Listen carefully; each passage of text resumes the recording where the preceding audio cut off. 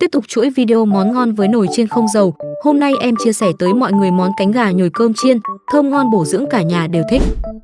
Cánh gà mua về làm sạch, dùng kéo rút lấy phần xương ra.